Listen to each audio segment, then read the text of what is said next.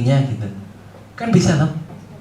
Tapi ya gitu, diaspora IDN, diaspora Indonesia itu harus berkontribusi. Indonesia itu akan maju beneran kalau sampean-sampean ini turun tangan dan kebijakan Kementerian Pendidikan itu benar-benar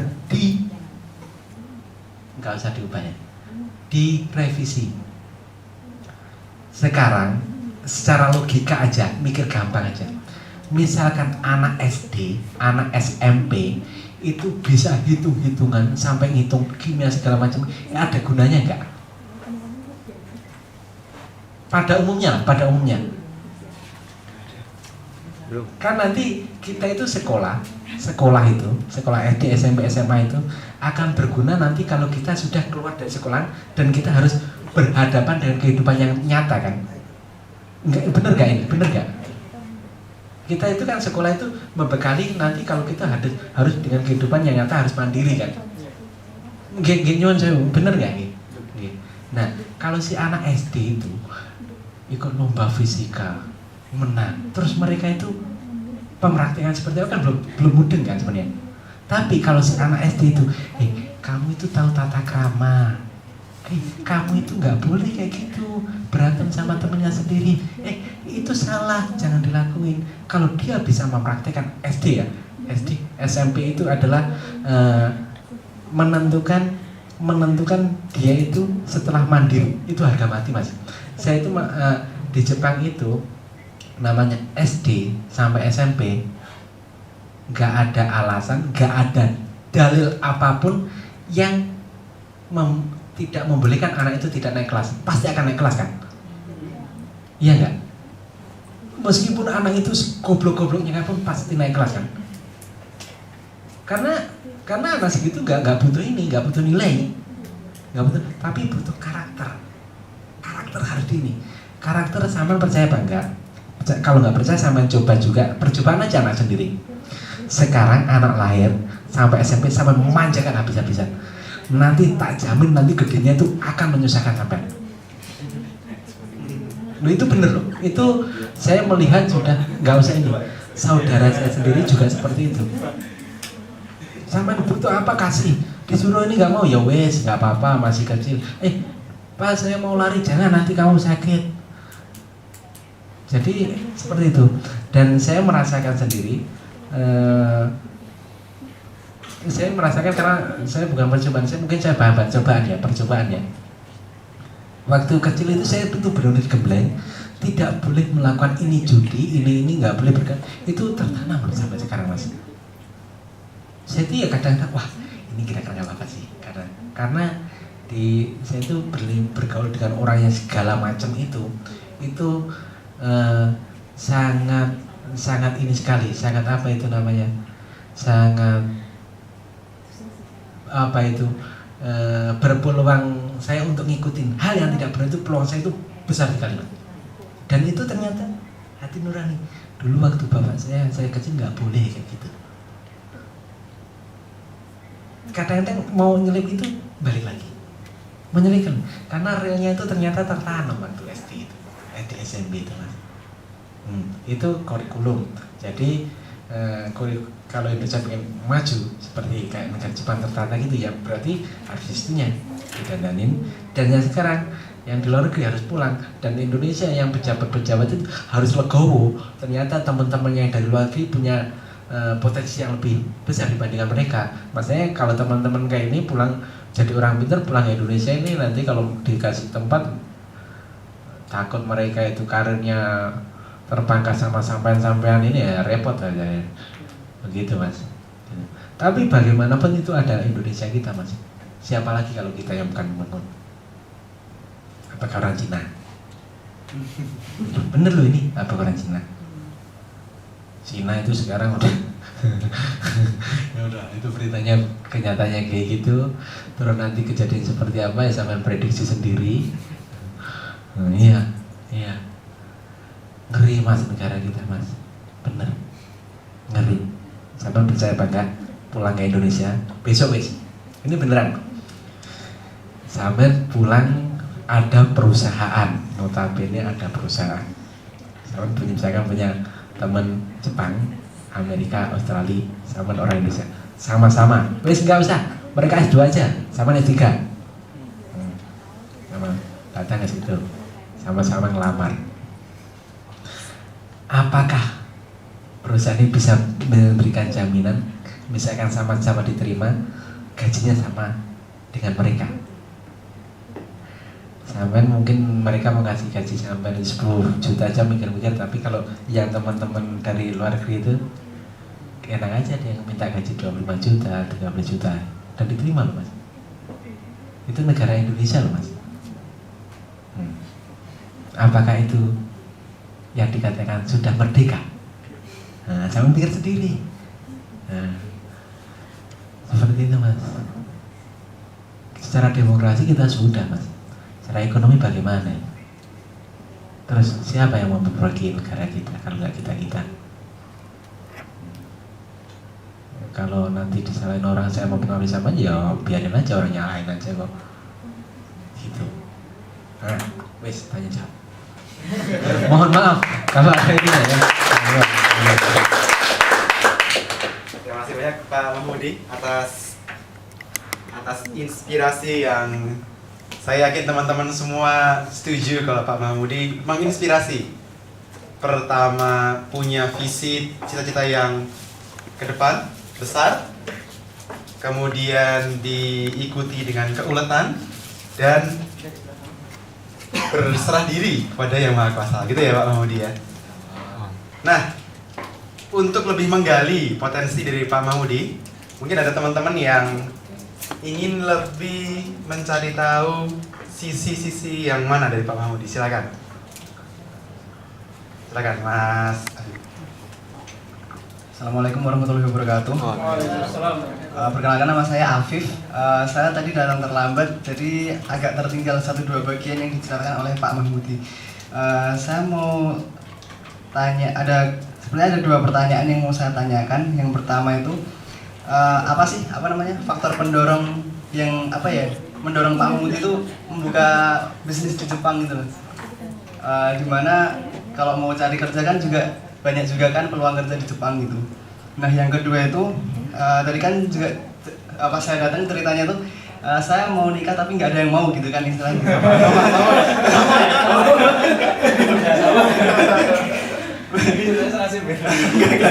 Ceritanya agak mirip. Cuman saya pengen tahu aja gimana sih Pak Mahmudi itu ceritanya bisa ketemu sama istri yang sekarang gitu.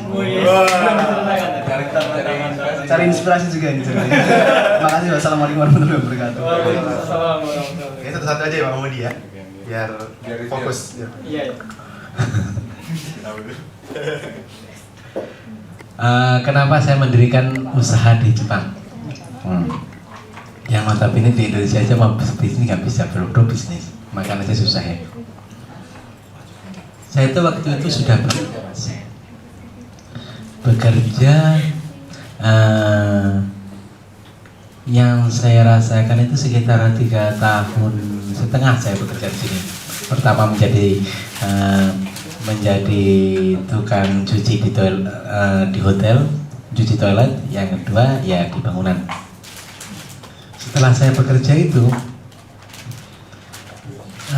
saya mendapatkan hasil itu, ternyata hasil saya kerja itu untuk menghidupi anak, untuk menghidupi keluarga itu ya cukup gitu ya. Insya Allah saya berguna untuk keluarga. Tapi kalau untuk orang banyaknya ini, ternyata misalkan saya traktir teman segala macam itu tidak tercover mas. Jadi butuh percepatan.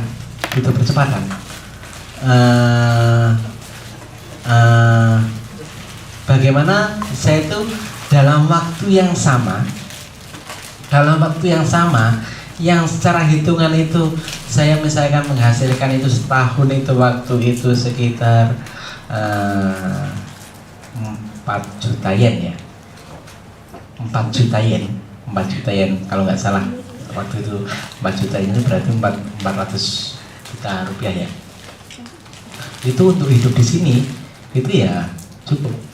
Tahu, asalkan nggak neko-neko, cukup itu aja. Dari situ nanti kalau saya pengen berbuat yang lain lagi kan nggak bisa tercover. Sedangkan saya pengen dalam waktu yang sama bisa melakukan macam-macam hal itu. Nah, mungkin itu yang benar-benar pengen gimana ya caranya. Waktu itu pertama kali saya pikirkan kalau saya bisa ngajak teman-teman saya kerja. Pengen ngajak teman-teman saya kerja gitu aja. Akhirnya ya bikin gitu aja mas. Dan nggak pakai hitung-hitungan yang aneh-aneh loh mas teman. Karena ya misalnya pekerjaan itu nanti dapat dari temennya teman gitu aja. Dan berjalan. Kira-kira wes mudeng orang? Nggak mudeng ya? Agaknya ya penjelasannya. Motivasi utamanya itu kayak pengen itu ya, pengen ngajak teman-teman kerja. Iya, itu pertama kali. Tapi kembali ke cerita saya tadi, saya pengen berguna untuk orang banyak ya sebenarnya. Motivasinya itu. Terus yang menikah itu namanya apa itu? Jodoh, rezeki, pati itu urusan Gusti Allah ya. Ya itu ketemu temennya guru. Dulu saya ke Bali itu belajar bahasa Jepang.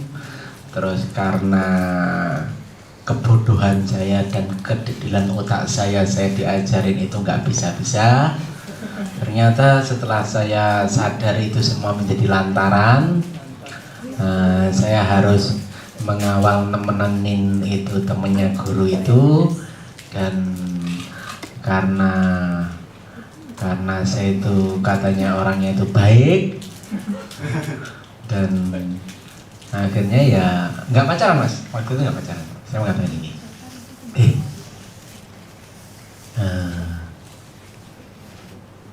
kamu mau suka sama saya? Ya tahu, kamu suka ya nikah aja.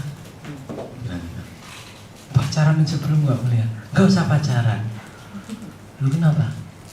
Ya nanti setelah menikah baru pacaran, daripada nanti dipikir-pikir aku diambil sama orang, kamu nyesel lagi. Ibaratnya seperti itu mas. Ibaratnya seperti itu. Masalahnya saya itu memang nggak pinter mas. Tapi namanya si wanita ini kalau seneng sama laki-laki itu kan ya kebaca atau sebenarnya kebaca sama bisa baca kan? Iya kan? Nah di situ kalau setelah gitu ya namanya laki-laki ya sebenarnya laki-laki itu harganya kan mahal mas. Kok bisa mengatakan begitu? Bener loh mas. Itu benar. Nah, di Jepang itu cowok sama cewek banyak mana jumlahnya? Cewek kan ya. 1:2 lebih kan ya. Nah, dengan begitu aja kan sama harganya udah mahal. Terus satu lagi. Cewek di Jepang ini pengen sekali menikah, punya anak. Itu benar itu. Itu manusiawi sekali. Cowok di Jepang ini malas menikah karena begitu sudah menikah nanti terikat. Jadi orang Jepang, cewek itu mengatakan cowok Jepang itu dingin. Kalau cowok Indonesia itu hangat. Gak maksudnya apa itu? Ya. Nah, di sini kita berpikir sama nggak usah mengadakan penelitian yang aneh-aneh. Di sini udah bisa kan loh, bisa terang 2:1 berarti kita menang 1 kan, berarti kekurangan cowok kan di sini. Nah, ini peluang 1 kalau mau pengen dapat orang Jepang. Kedua, ini semuanya ada potensinya, ada loh mas, potensinya semuanya ada di ini semua mas ini semua. Kecuali kalau mbak ini potensinya agak susah ini dalam betul Jepang. karena udah persaingannya ketat jadinya. Kalau ini persaingannya nggak ini, bahkan tidak begitu ada tantangan. Ya, apa nanti dibuktikan? Ayo di mana? Bareng-bareng sama saya, ayo. Nanti kalau kena saya malah masalah kan? Ya, gitu. Terus, ya gitu. Ya, pengen maksudnya pengen dapetin orang Jepang gitu kan ini ya. Enggak, kalau pengen dapetin nanti tak kasih resepnya. Cuma pengen dengar cerita aja kok. Oh begitu. Ya gitu. Terus akhirnya gitu, dan saya tuh saya tuh alhamdulillah dari dulu itu orangnya pedenya banget.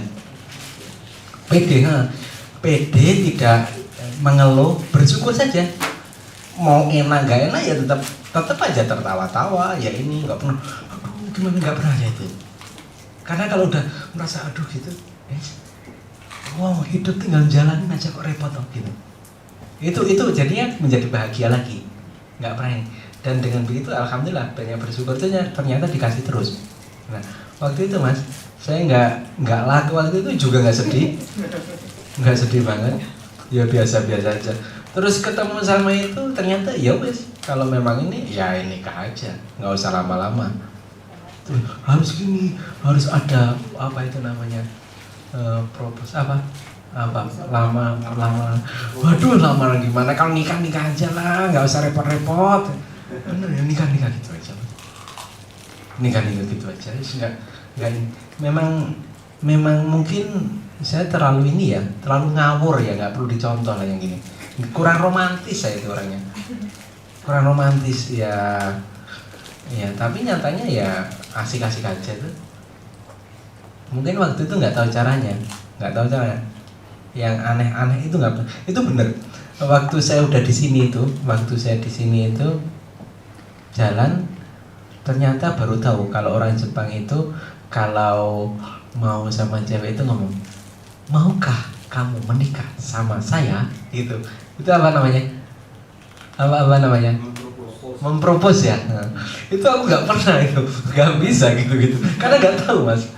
Nah, dan itu wajar mas. Misalkan sama deket, langsung aja tembak mas. Kalau mau ya ayo gitu. Terus kalau misalkan nggak ada, jangan terlalu ngetrek mas, cowok itu mas, bener mas. Jangan, santai aja, kita cool aja lah. Namanya cowok, iya nggak mas Eko? Terus. Lanjut ya.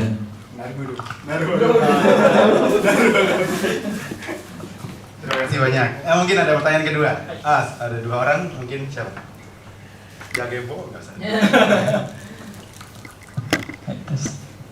Nama saya Joko, sama orang desanya ini mas, bisa sampai di Jepang ya, alhamdulillah. Untuk pertanyaannya tadi diceritakan sudah berjalan ya kerjasama dengan teman-teman Kansuji yang sudah selesai dari sini 3 tahun, kemudian di Indonesia melakukan sesuatu menjadi pengusaha muda. Nah, cuman apa yang dilakukan di bidang apa yang berjalan itu bisnisnya belum dijelaskan. Tolong diberikan satu contoh saja yang sudah berjalan dan bisa menjadi inspirasi untuk kita semua. Dan yang kedua, kebetulan saya orang sosial, ada juga yang istilahnya namanya itu social entrepreneurship. Jadi selain kita berwirausaha, tapi juga ada dampak positif untuk orang-orang yang notabene butuh bantuan. Nah, kalau di Indonesia saya berpikir untuk tahun depan atau tahun-tahun depannya lagi, banyak orang kita, terutama di Bandung, saya tinggal di Bandung mas, berjualan, misalkan jualannya kecil-kecilan ya, jualan pentol kah, jualan apa namanya, tahu tek-tek kah, tapi batagor kah, tapi itu dari tahun ke tahun jualannya sama. Notabene pendapatannya juga sama, sedangkan keluarga semakin bertambah, anak butuh lain-lain banyak hal. Nah ini menjadikan mereka golongan yang tetap di bawah rata-rata miskin. Nah maka impian saya kedepannya adalah bagaimana membina mereka ini untuk bisa memiliki ide-ide, memiliki pemikiran yang untuk kedepannya itu ya harusnya berkembang gitu. Masalahnya kan mereka tidak tahu link, tidak tahu sumber, dan tidak tahu harus berbuat apa. Jadi ya begitu saja. Nah mungkin kiranya Mas Madi, karena Mas Madi punya banyak link, mungkinkah gitu kiranya kalau saya pulang tahun depan akan memulai untuk membina mereka yang bisa dihubungkan? Adakah pengusaha yang kemudian juga punya kepedulian dengan hal seperti itu, sehingga oke, saya bikin program, saya bikin konsepnya, kemudian ada orang yang punya uang, kemudian saya istilahnya tidak juga sedekah, tapi mereka juga invest, tapi juga ada nilai yang untuk membantu orang-orang miskin itu. Mungkin itu saja, ingin mendapatkan pencerahan dari Mas Mahmudi. Matur suwun.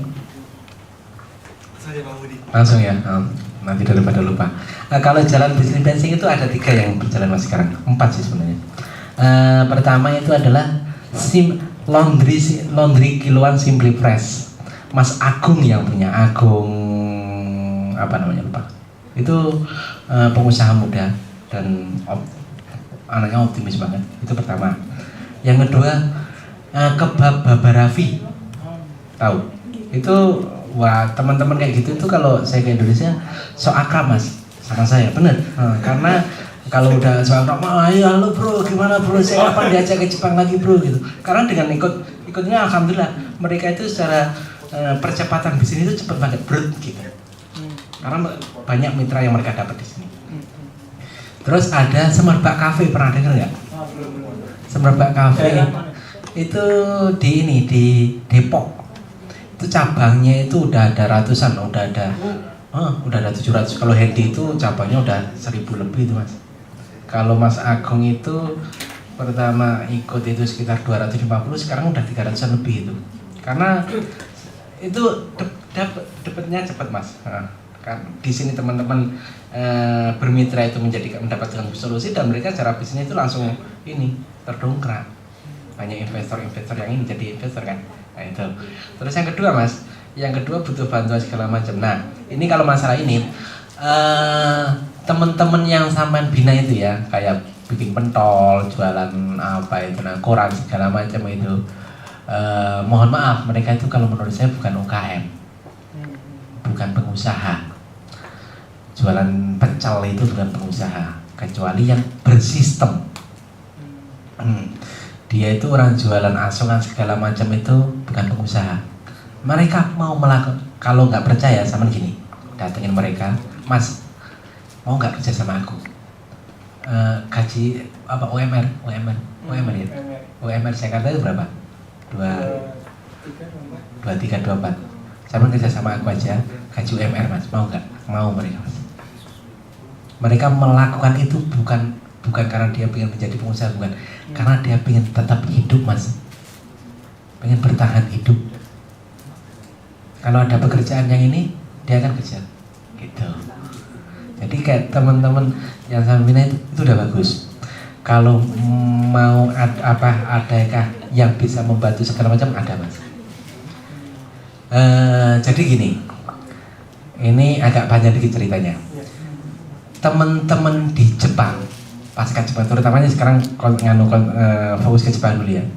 Baik itu Gensusi, pelajar yang udah tamat, yang tidak punya intensi, dan yang lainnya itu yang pengen ke Indonesia mencari kerjaan. Itu kemarin kita ketemu sama perusahaan dan tim inkubator. Itu teman-teman di sini secara produk kan udah bagus nih. Teman kasus saya 3 kerja tinggi, disiplin tinggi segala macam. Cuman permasalahannya yang diterapkan di Indonesia itu kan masih agak susah.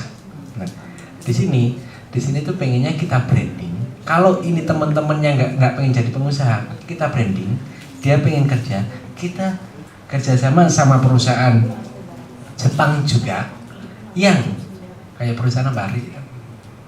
Perusahaan yang mencarikan pekerjaan itu apa Mas? Resource, outsourcing. Bekerja sama itu dari perusahaan Jepang, sistemnya sudah ini, kita berusaha pendekat dengan itu nanti kalau misalkan teman-teman kan susah pulang ke Indonesia itu yang nggak ada kerjaan, terus misalkan mau kerja itu dapat gaji UMR, kita branding, kita kita kemas supaya nanti kerja di Indonesia bisa dapat gaji 5 juta, 7 juta gitu meskipun tamat SMA. Kalau teman-teman S2, S3 S3 itu yang nyari kerjaan susah gitu segala macam, kita pasin juga,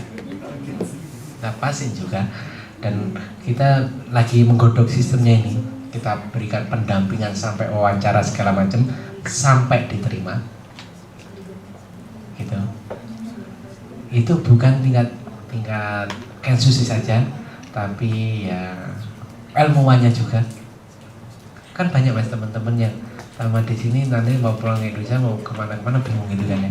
Nah seperti itu kita bisa berusaha menjembatani ya untuk itu. Nah terus untuk di Indonesia nya mas, yang kembali ke teman-teman binaan sampean tadi, itu bisa mas. Jadi tim inkubator kita itu bisa akan kita berikan apa itu namanya ya di coaching lagi, dikasih tahu sistemnya. Nanti kalau misalkan ini sebenarnya itu salah satu yang terlibat itu Kementerian UKM. Kementerian UKM itu saya juga gemes-gemes gimana gitu sama Kementerian UKM itu, samanya dikerjakan apa, hasilnya apa. Bener. Saya banyak ngobrol teman-teman, mudah-mudahan nanti bisa berkolaborasi untuk membina ini teman-teman UKM itu. Gitu. Mungkin seperti itu. Nanti ininya mungkin bisa komunikasi dengan teman yang di Indonesianya, mungkin siapa tahu bisa saling berkolaborasi untuk kemaslahatan Indonesia dan orang banyak. Amin. Ya, luar biasa. Membuka peluang link. Mari Mas.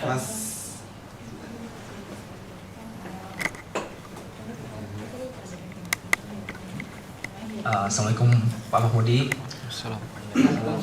Nama saya Rizky. Sebenarnya pertanyaannya masih ada kesinambungan sama pertanyaan sebelumnya. Jadi kalau yang saya lihat ya Pak ya, maksudnya kan selama ini orang-orang tuh anak-anak muda diterjunin buat jadi pengusaha. Banyak banget kayak dari tingkat kampus ada lomba-lomba entrepreneur apa-apalah. Tapi kenyataannya kan outputnya saya punya teman banyak, mereka ikut-ikut lomba gitu, yang BNI yang mandiri itu yang menang dapat 40 juta, ujungnya duitnya itu bukan buat bisnis tapi ya buat konsumsi pribadi, terus ya dia kerja di perusahaan lain. Ya itu maksudnya hak mereka lah ya.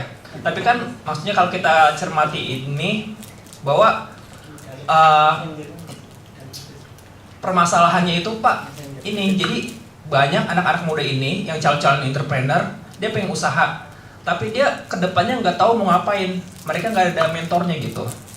Jadi semacam kayak yang tadi yang inkubator itu, jadi banyak banget orang-orang yang punya potensi tapi dia nggak tahu caranya ngembangin bisnisnya kayak apa gimana gitu Pak. Dan saya pengen tahu gitu, maksudnya cara Pak Mahmudi benar-benar start dari nol kayak gimana, cari mentornya siapa, belajar ke siapa, terus sampai usahanya maksudnya dari mulai nol, dari struggle-nya, nemuin siapa, gurunya siapa, sampai usahanya luar biasa keren banget. Terima kasih. Assalamualaikum warahmatullahi wabarakatuh. Luar biasa, silakan Pak Mahmudi. Mentor ya, mentornya Gusti Allah mas. Terus terang waktu itu saya tuh pas Cooper, maksudnya Cooper itu kalau saya dibilang di Jepang itu dari nol, itu nol tur besar sekali mas, nol dan besar sekali. Saya itu nggak ada, pas datang sini nggak ada kenal orang Indonesia satupun. Pertama, kedua nggak tahu di mana tempatnya KBRI.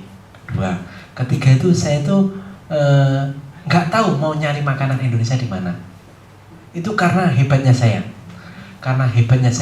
Saya tidak pernah belajar itu dan tidak pernah browsing itu. Nanti di Jepang seperti apa saya nggak tahu sama sekali. Jadi begitu nyampe di Jepang itu saya dikasih makannya itu saya pikir mie rebus, yang saya baru tahu selang berapa bulan berikutnya itu namanya spaghetti. Spaghetti yang rasanya itu pakai krim yang warnanya putih. Itu waktu saya makan pertama kali itu, ini saya pikir mie ini kan agak keras kan, mie rebus ini. Saya makan itu begitu masuk mulut itu masuk tenggorokan itu permisi, masuk enggak itu mau muntah mas. Itu benar itu. Terus habis itu sampai beberapa hari saya stres sekali itu. Makan habis itu enggak cocok sama itu, mie rebus saya bilang. Mie rebus dapat soba itu enggak enak juga menurut saya waktu itu. Enggak kena rasanya, enggak kena.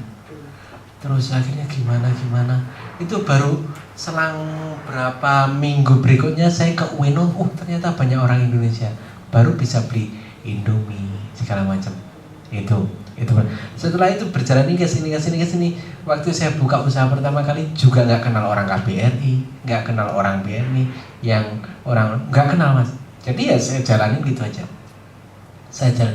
Kalau dibilang mentor, saya nonton TV, terinspirasi sama siapa waktu itu mungkin enggak ya, karena saya juga nggak tahu gitu waktu itu.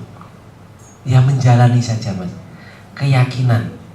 Kalau masalah sesuatu itu keyakinan. Kalau kita ingin menjadi pengusaha, ingin kita berusaha, kita ingin pulang ke Indonesia menjadi pemimpin, asalkan yakin, rawi-rawi atas, wis yakin, bismillah pasti bisa. Itu Gusti Allah itu mau melarang aja kangelan mas. Wis dikabulkan, insya Allah itu tenanan itu mas. Seperti itu keyakinan. Mentor, masalah mentor siapa gitu ya? Itu saya mulai seperti itu. Terus pertanyaan apa tadi lagi? Bagaimana cara dari nol ya? Terus setelah itu berjalan. Kalau dibilang keren, mungkin keren mas. Tapi ya mungkin keren karena saya bisa menghandle tamu kenegaraan itu keren menurut saya. Waktu itu saya biasa-biasa aja merasakan, karena waktu pas menjalani itu pusingnya luar biasa mas. Tapi itulah seninya menurut saya. Itulah seninya. Karena waktu menjalani tamu kenegaraan itu istilahnya satu kata, nggak boleh miss, itu satu kata aja, nggak bisa ditawar waktu itu. Dan harus perfect. Kita menyiapkan secara perfect. Orang Jepang itu kan bisa persiapan kan, begitu pas pampres masuk nggak bisa. Ridwan yang ini, kita kelabakan juga itu. Tapi itulah seninya. Seperti ini ya ternyata. Gitu. Nanti kalau udah pusing banget mas, udah saya minggir, saya sholat mas. Terus terang saya sholat terus. Kalau memang saya dikasih amanah, pasti saya akan dibantu. Itu karena kalau udah mentok kayak saya gitu mas, pasti saya akan dibantu.